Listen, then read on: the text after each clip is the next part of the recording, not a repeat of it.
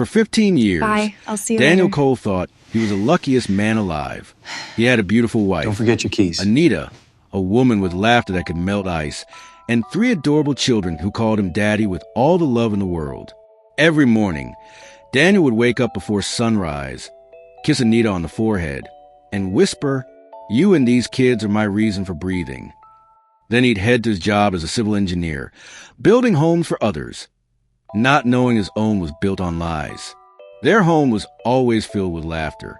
Little Sophie, the youngest, would run to him every evening, shouting, "Daddy's home." Jason, the eldest, would proudly show him his school medals, saying, "I want to be like you when I grow up." And Anita, she'd look at Daniel with eyes that seemed to say, "I'm proud of you." Life was perfect, or so he thought. If you believe in true love and family, hit that like button right now and comment, "Family first." Because what happens next will break your heart in ways you never imagined. It started with something small, a question from a friend. At a family gathering, Daniel's best friend, Chitty, joked over drinks. "Bro, Jason doesn't look much like you, oh. He has Anita's features and someone else's eyes." Daniel laughed it off. "Come on, Chitty. Genes play tricks sometimes." But that night, when Anita went to bed, Daniel couldn't sleep. He stared at his reflection in the mirror, then at a framed photo of his son on the wall. Jason's eyes were lighter, his hair a shade darker. Still, Daniel shook his head. "Nonsense. That's my boy." But the seed of doubt had been planted, and doubt is like rust. Once it starts, it eats everything. Weeks passed, and Daniel noticed things he never paid attention to before. The kids didn't share his blood type. Anita became defensive whenever he mentioned paternity or family resemblance. Her phone was always face down. She started locking herself in the bathroom for long calls. One evening, he asked gently, "Babe, you've been distant lately. Is everything okay?" Anita smiled weakly. "I'm just tired. The kids, the house, everything." He believed her or tried to, but inside, a storm was brewing. On Daniel's birthday, Anita surprised him with a family photo shoot. They all wore matching white outfits, smiling, laughing, posing. The photographer joked, "You have a beautiful family, sir." Daniel smiled proudly. "Thank you. They're my whole world." But later that night, when he posted the photos online, one comment stood out. "Wow, your first son looks exactly like your old neighbor, Mr. Desmond. Remember him?" Daniel froze. Desmond, the man who used to live next door. The man who had always found excuses to visit their home when he was away on site. The man Anita once called a good family friend. Daniel laughed it off publicly, replying, "Haha, funny coincidence." But deep down, something shattered.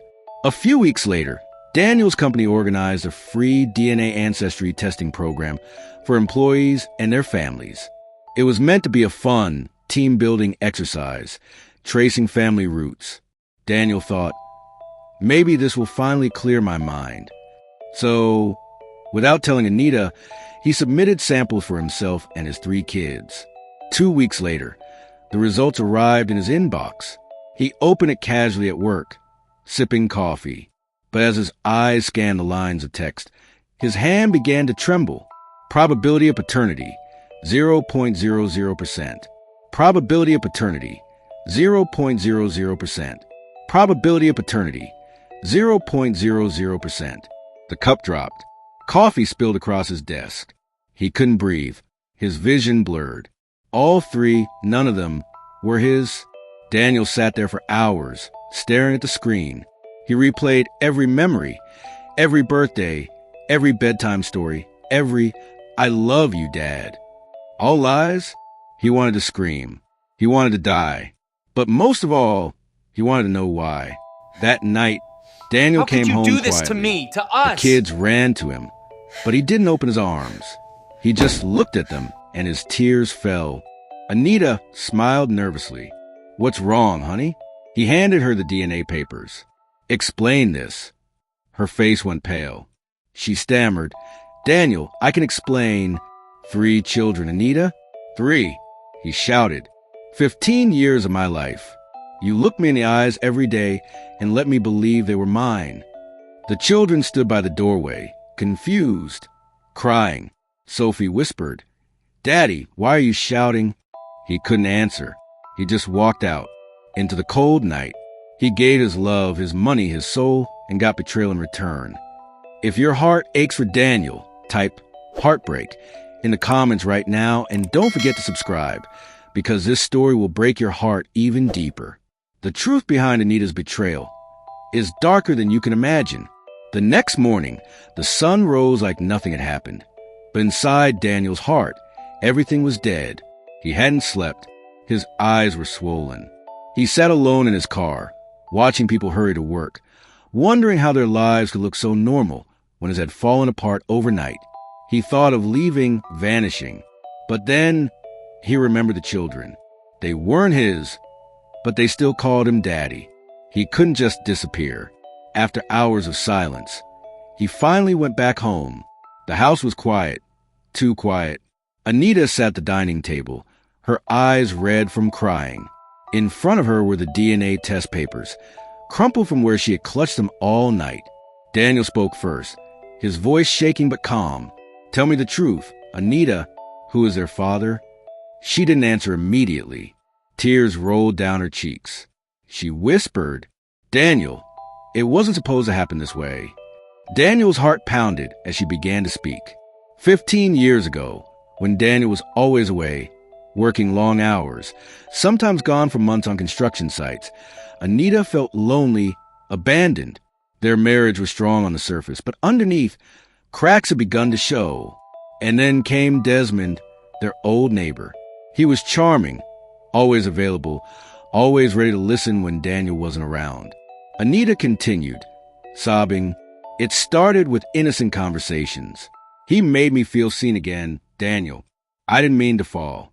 I didn't mean for any of this." Daniel clenched his fists. "You didn't mean to? 3 children. Anita, you had 3 with him while I was breaking my back for this family." She covered her face. "I was scared, Daniel. When I found out I was pregnant the first time, Desmond had already left town. You were so happy when I told you. I couldn't destroy that joy. Then it happened again and again. I didn't know how to stop it." Daniel's tears finally fell.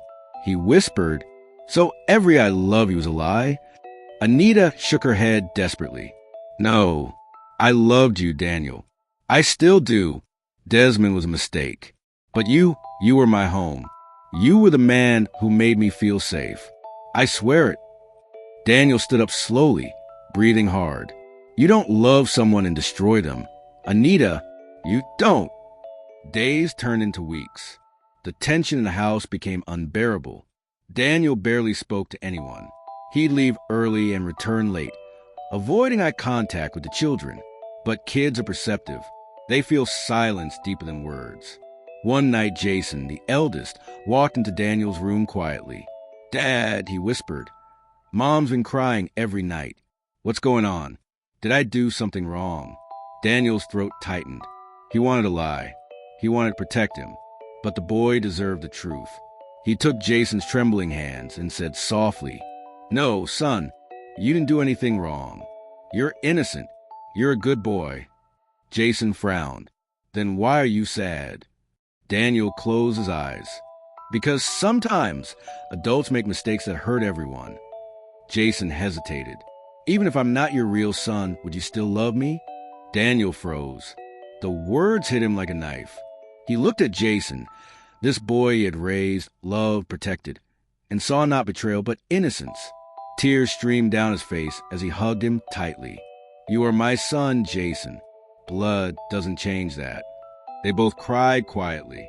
Sometimes love isn't about DNA. It's about the years you gave, the sacrifices you made, and the hearts you healed. If you believe that true fathers are made by love, not just blood, type red heart, real dad, in the comments below. And don't forget to like this video to support Daniel's strength. Just when things seemed like they couldn't get worse, they did. One evening, a knock came at the door. Anita opened it, and there he was, Desmond, 15 years older, dressed sharply, holding a briefcase. Daniel was stunned. "You've got to be kidding me," he said under his breath. Desmond looked uncomfortable. I heard what happened. Anita told me everything. Daniel stood. You have some nerve walking into my home. Desmond raised his hands. I didn't come to fight, Daniel. I just want to know my children.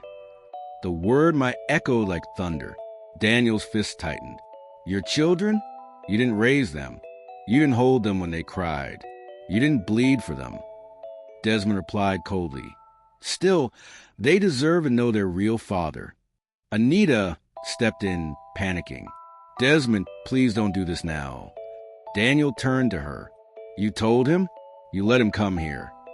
She sobbed. I didn't know what else to do. The argument escalated. Voices rose. Years of pain, betrayal, and guilt poured out all at once.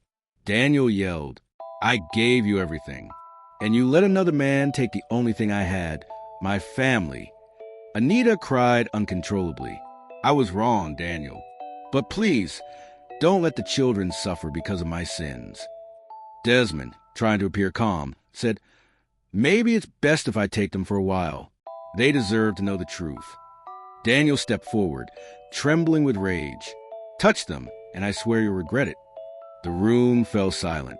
Anita's knees gave out as she whispered, God, what have I done? Daniel walked away, not because he was weak, but because he was broken. He went upstairs, locked himself in a room, and collapsed onto the floor. Daniel opened a drawer and pulled out a photo album. Every picture told a story. First steps, birthdays, family vacations, hospital visits, bedtime cuddles. He whispered, Maybe they aren't my blood, but they were my life. Then he closed the album slowly. Sometimes the truth doesn't set you free. It destroys everything you ever believed in. But for Daniel, this wasn't the end. The DNA revealed the lies, but what came next will reveal the strength of a father's heart. If you feel Daniel's pain and believe love still conquers betrayal, hit that subscribe button right now and turn on the bell icon, because this story will leave you in tears. It had been 3 months since the truth tore the Cole family apart. The once lively home had turned into a graveyard of memories. Daniel moved into a small rented apartment across town. The laughter of children that once greeted him after work had been replaced with deafening silence. Every evening, he'd sit on the couch staring at his phone, waiting, hoping one of them would call. But they never did. Anita had tried reaching out. Messages, letters. He never replied. He wasn't ready. Some wounds need more than time. They need courage to face the pain. Then, one night, Daniel got a call that would change everything. It was Jason, his voice shaky. Dad, Mom's in the hospital. She collapsed. Daniel froze. What? What happened? Jason sniffed. They said it's stress and exhaustion. Please, Dad, she keeps asking for you. For a moment, Daniel's heart said go, but his mind said no. Then he remembered, once, she was his everything. And despite all she did, a part of him still loved her. He grabbed his keys and drove through the night. Anita lay in a hospital bed, pale and fragile. Her eyes fluttered open as Daniel entered the room. For a moment, time stood still. Her voice was faint. You came? Daniel nodded quietly. Jason called. A tear rolled down her cheek. I didn't think you would. He sighed deeply, sitting by her bedside. Why wouldn't I? You're still the mother of my children. She turned away, ashamed. They're not yours. He whispered. They are, Anita, maybe not by blood, but in every way that matters. She broke down, sobbing. Daniel, I'm so sorry. I destroyed everything good in our lives. I thought I could live with a lie, but it's killing me. He took her trembling hand. The truth hurts, Anita, but you know what hurts more? That you never trusted me enough to tell me. She whispered, I was afraid to lose you. Daniel looked at her. Years of love, betrayal, pain, all mixed in that one moment. He whispered, you lost me the moment you stopped being honest. But I don't hate you. I just wish we'd been strong enough to face the truth together. The doctor entered quietly. She needs rest. Her heart is weak. Daniel nodded. As he turned to leave, Anita's voice stopped him. Daniel, promise me one thing. He turned. Don't abandon the kids. They love you.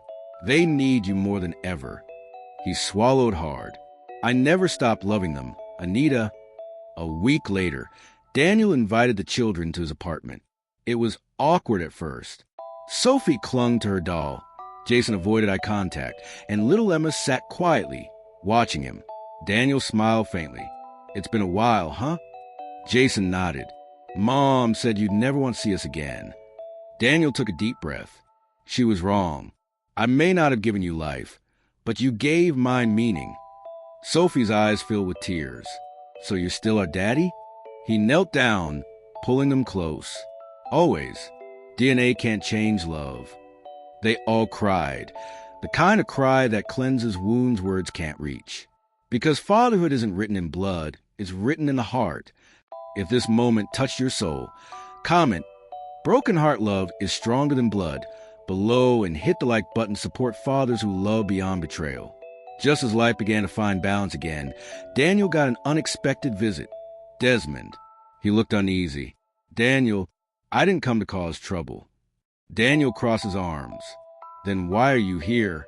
Desmond hesitated, then handed Daniel a small envelope. It's a DNA retest. I needed to know the full truth. Daniel frowned. Another test? Desmond nodded. Yes, I wanted to be sure. I only fathered one child, Daniel. The other two are actually yours. Daniel froze. What? Desmond looked down. Anita must have been confused back then.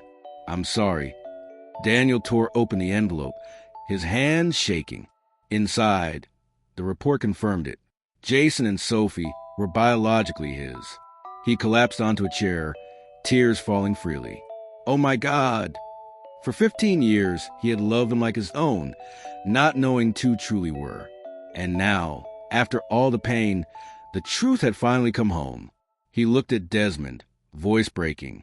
You took so much from me, but now I'm done fighting. Go and don't ever come back. Desmond nodded silently and left. Daniel sat there, not angry, not broken, just free. Weeks later, Anita passed away peacefully in her sleep. Her last words to the nurse were, "Tell Daniel, I loved him, even when I didn't deserve him." At the funeral, Daniel stood with his children, holding them close. Tears fell quietly as he whispered a prayer over her grave. Rest now, Anita. I forgive you. The wind brushed softly against his face, like a whisper of peace. He raised other men's children, and in the end, the truth revealed that love was never wasted. Sometimes betrayal breaks us, but forgiveness rebuilds what pain destroyed. Daniel's story reminds us, love that survives lies as love that transforms. If Daniel's strength and forgiveness touched your heart, drop a red heart in the comments. Like this video to support real fathers who love beyond blood. Subscribe and turn on notifications so you never miss stories like this. Real, raw, and emotional. Share this story with someone who needs to believe that forgiveness is still possible.